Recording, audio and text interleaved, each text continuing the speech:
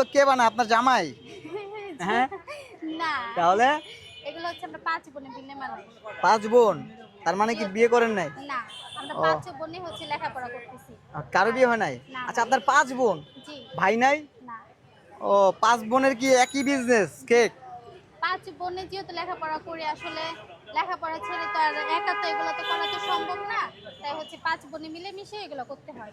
তাই 5 বোনের দোকান কি মানে এখানে যা আছে 5 বোনে কি এই 10টা কেক বানান? দোকানটার নাম সবাই এক নামে চিনে, 5 বোনের স্টোর। 5 বোনের স্টোর, মানে 5 বোনের কি একটা দোকান? জি। তো এই 10টা কেক বেচে কি আপনাদের 5 বোনের যেই হাত খরচ এটা কি হয়?